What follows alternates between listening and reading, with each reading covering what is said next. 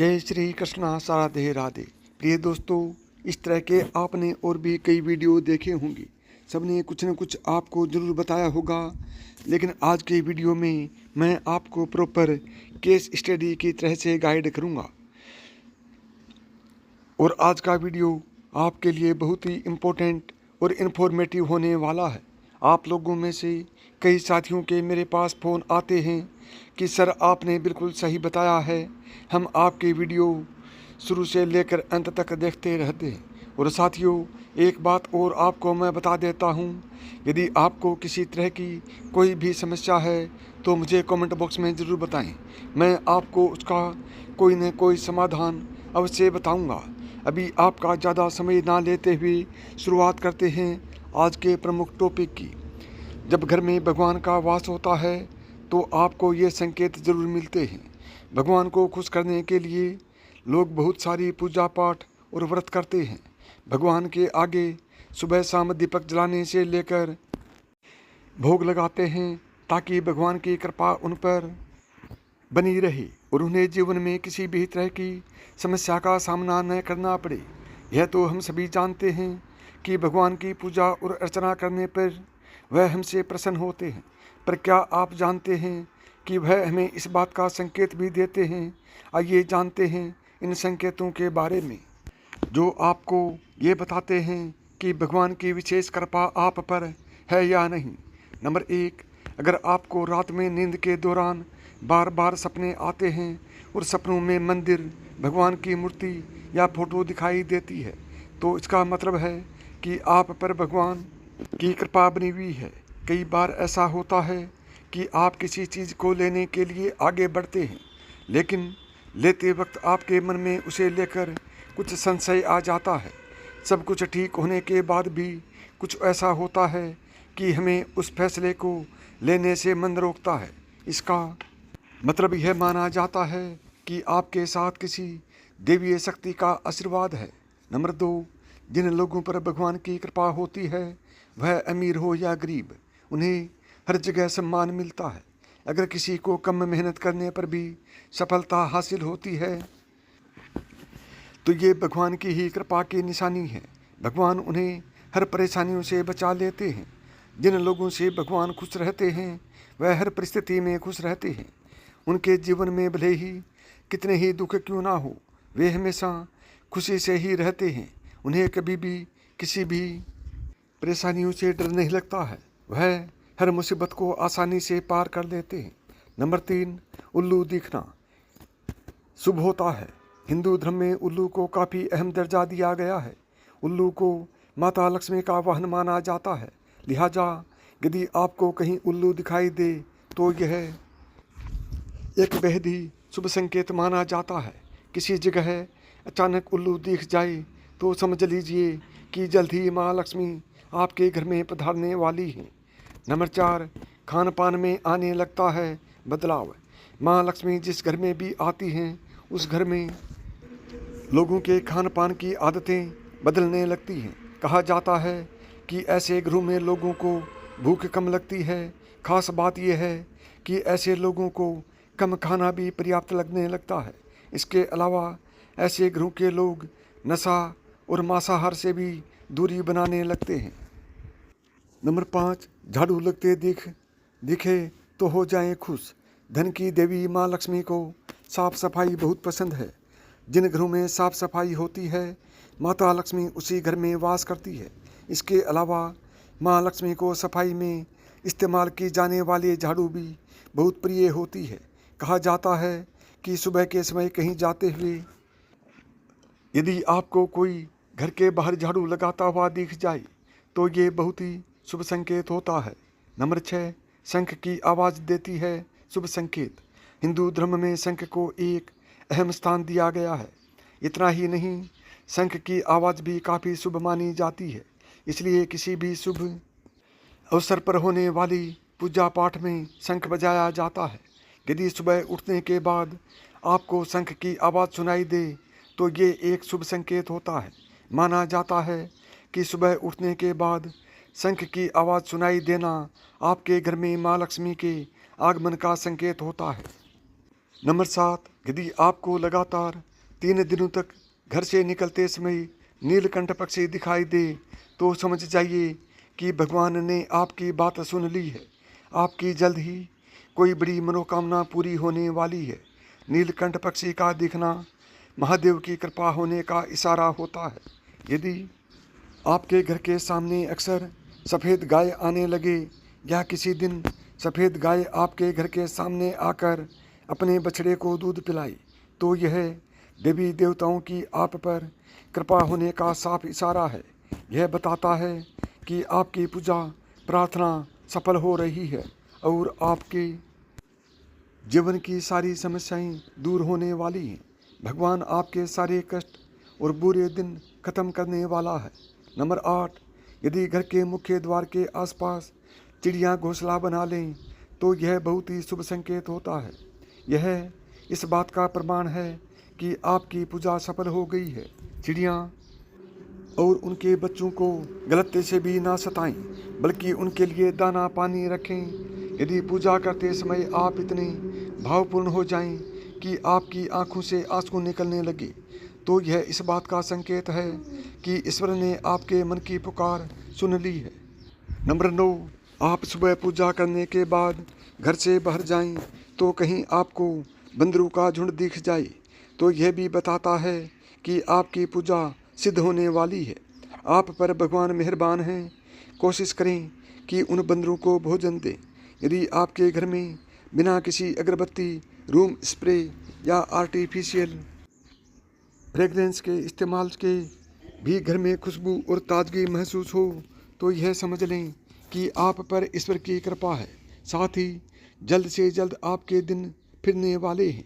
Number 10, पूजा के दौरान घर में किसी अतिथि का आना भी भगवान की कृपा का संकेत होता है। यदि अतिथि कोई तोहफा भी लेकर आए तो यह साफ इशारा है कि भगवान ने आपकी पूजा स्वीकार कर ली है। यदि पूजा के समय जलाए हुए दीपक की लौ अचानक से तेजी से जलने लगे तो समझ जाइए कि आपकी पूजा सिद्ध होने वाली है और ईश्वर की कृपा से आपके दुख भरे दिन जल्द ही दूर होने वाले हैं। अगर अक्सर आपकी नींद सुबह 3 बजे से 5:30 बजे यानी कि 5:30 बजे के बीच खुलती है तो यह भी ईश्वर का संकेत है कि भगवान आपकी भक्ति से प्रसन्न है। नंबर 11, अगर जिस व्यक्ति की नींद अचानक से बार बार रात के 3 बजे के बाद खुलती है तो इसे मामूली बात ना समझे। ये संकेत बहुत ही शुभ माना जाता है। ऐसा माना जाता है कि रात के 3 बजे के बाद देवी देवताओं की शक्तियाँ जागृत हो जाती हैं जो कि आपसे बहुत कुछ कहना चाहती हैं। ऐसे में आपका बार बार 3 बजे के बाद उठना कामयाब होने का संकेत है। वहीं रात के 3 बजे के बाद देवी देवताओं से मांगा हुआ वरदान कभी खाली नहीं जाता है। ईश्वर आपकी प्रार्थना अवश्य सुनते हैं। आप चाहते हैं कि बजरंगबली की कृपा आप पर, आपके बच्चों पर और आपके माता पिता पर बनी रहे तो चैनल को सब्सक्राइब करें, वीडियो को लाइक करें और कमेंट बॉक्स में जय बजरंगबली ज़रूर लिखें। तभी मैं मानूंगा कि आप बजरंगबली के सच्चे भक्त हैं और आप चाहते हैं कि बजरंगबली की कृपा आप पर बनी रहे। नंबर 12, अगर आपको आपके सपनों में ऊंचे ऊंचे पर्वत दिखाई देते हैं और वहां से बहता हुआ झरना आपको दिखाई देता है और इस जल को आप पी लेते हैं तो निश्चित तौर पर आपको कामयाबी अवश्य प्राप्त होती है। अगर आप अपनी शिक्षा का सही प्रयोग करके उससे परिवार चला पा रहे हैं तो ईश्वरीय कृपा से ही संभव है। दुनिया में तमाम ऐसे लोग हैं जो शिक्षित होने के बावजूद शिक्षा का सही प्रयोग नहीं कर पाते। जिन लोगों की सेहत अच्छी रहती है उन पर भी परमेश्वर की विशेष कृपा है। सेहत खराब होने से सिर्फ आपके शरीर पर ही असर नहीं पड़ता है बल्कि काफ़ी आर्थिक नुकसान भी होता है। इसलिए निरोगी काया प्राप्त किए लोगों को खुद को भाग्यवान मानना चाहिए। यदि आपको जीवन में सुयोग्य जीवन साथी मिलता है तो ये भी परमेश्वर की कृपा से ही संभव है। एक अच्छा जीवन साथी आपके पूरे जीवन को खुशहाल बना सकता है, लेकिन अगर जीवन साथी खराब मिल जाए तो पूरी लाइफ झगड़े और कलेश के बीच गुजरती है। नंबर 13, अगर किसी व्यक्ति की संतान आज्ञाकारी है तो ये भी परमेश्वर की ही कृपा होता है, वरना आज के युग में ज़्यादातर लोग अपनी संतान की वजह से दुखी हैं। सही गलत के बीच अंतर करने की क्षमता जिन लोगों के पास है, उन पर उनके इष्ट देव का आशीर्वाद होता है। भगवान के दर्शन सपने में करने वाले लोगों पर भी देवी देवताओं की कृपा होती है, वरना परमेश्वर को देख पाना हर किसी के लिए संभव नहीं होता। जिस व्यक्ति का क्रोध परवंश है, जिसका मन शांत रहता है, जो हर परिस्थिति के से सामान्य रहकर निपटना जानता है, ऐसे लोगों पर ईश्वर का हाथ होता है, तभी ये संभव हो पाता है। नंबर 14, भगवान हमें अपने वास्तविक रूप में दिखाई नहीं देते हैं, लेकिन कुछ लोग ऐसे भी होते हैं जिन्हें भगवान के तुल्य माना जाता है। इनमें माता पिता, गुरु या ब्राह्मण हैं। इनमें से कोई भी व्यक्ति पूजा के दौरान आपके घर में प्रवेश करता है तो यह बहुत ही शुभ माना जाता है। आपको उन्हें घर से खाली हाथ नहीं लौटाना चाहिए। पूजा के दौरान अगर भगवान की मूर्ति या प्रतिमा से कोई फूल या माला आपके पास आकर गिर जाए तो यह बहुत ही शुभ संकेत होता है।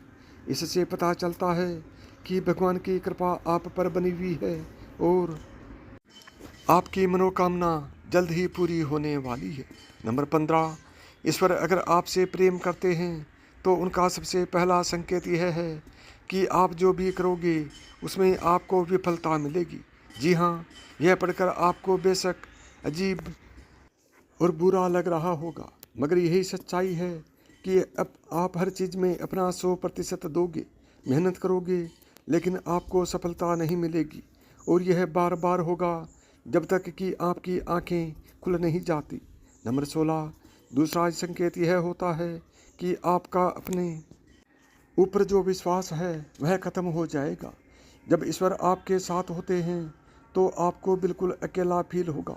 आप नहीं समझ पाओगे कि आपको आगे क्या करना चाहिए।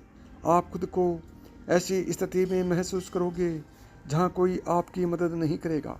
आप किसी को अपनी परेशानी शेयर नहीं कर सकते हैं, और अगर बता भी दोगे किसी को तो उनके लिए यह बहुत छोटी बात होगी या वे इस बात पर ध्यान ही नहीं देंगे। 17, इस अवस्था में दुख आप में चरम सीमा पर होगा। आपको लगेगा मानो कि इसमें यानी कि इससे ज़्यादा और क्या बुरा हो सकता है। आप दुख की चरम सीमा को महसूस कर लेंगे। आपने महान संतों के जीवन को देखा होगा।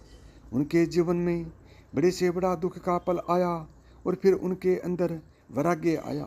तब इस जीवन और भौतिक सुखों से आगे ईश्वर को जानने की उनके अंदर प्यास जगी। इस प्रकार अंत में उन्होंने ईश्वर का साक्षात भी प्राप्त कर लिया।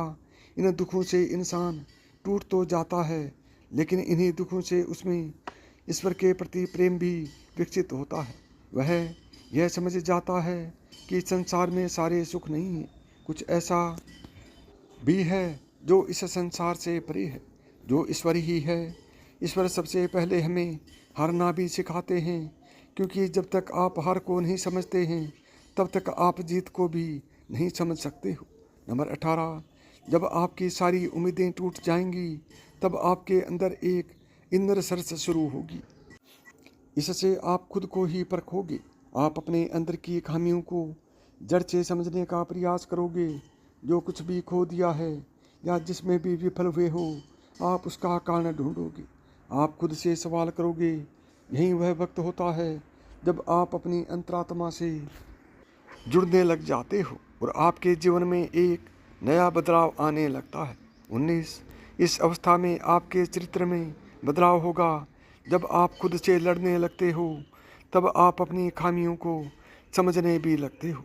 इससे आप खुद को बदलना और तराशना भी शुरू करने लगते हो।